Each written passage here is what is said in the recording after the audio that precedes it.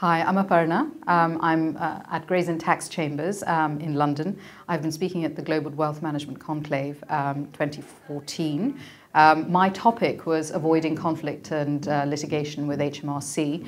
The reason I was talking about this, and I think it was relevant to the whole context of today's talk, was because when determining what planning structures people are going to put in place, they need to be aware of the sorts of things that may be of interest to the revenue. And they've got, therefore, to take that into account when determining what those structures are going to be. This may include having offshore hubs, it may include having offshore structures, or maybe just directly holding certain types of assets.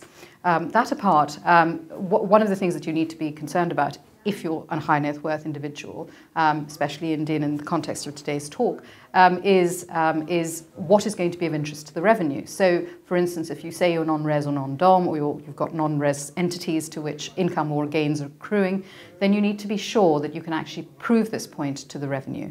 And that was one of the things I was talking about. Try and engage with the revenue. If they ask you a load of questions, try and make sure that those questions are relevant to what it is the revenue is trying to achieve, which is to check the correctness of your tax returns. But provided that you're satisfied that the questions they're asking you are relevant, then make sure that you do engage with the revenue, which means actually answering the questions that they ask in as full a way as possible. When it comes to residence and domicile, make sure that you answer sufficiently so that you can show that you are resident or domiciled where you say you're resident or domiciled.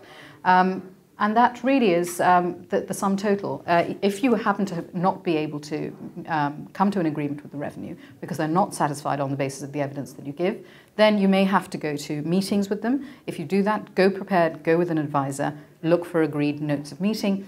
And if, after all of that, it still seems to be the case that the revenue is unwilling to accept your position, then it may be litigation. And in that case, make sure that you are properly advised to go to litigation well prepared, because this is the only point at which, the first stage of litigation, is the only point at which you get to put all your facts before the tribunal.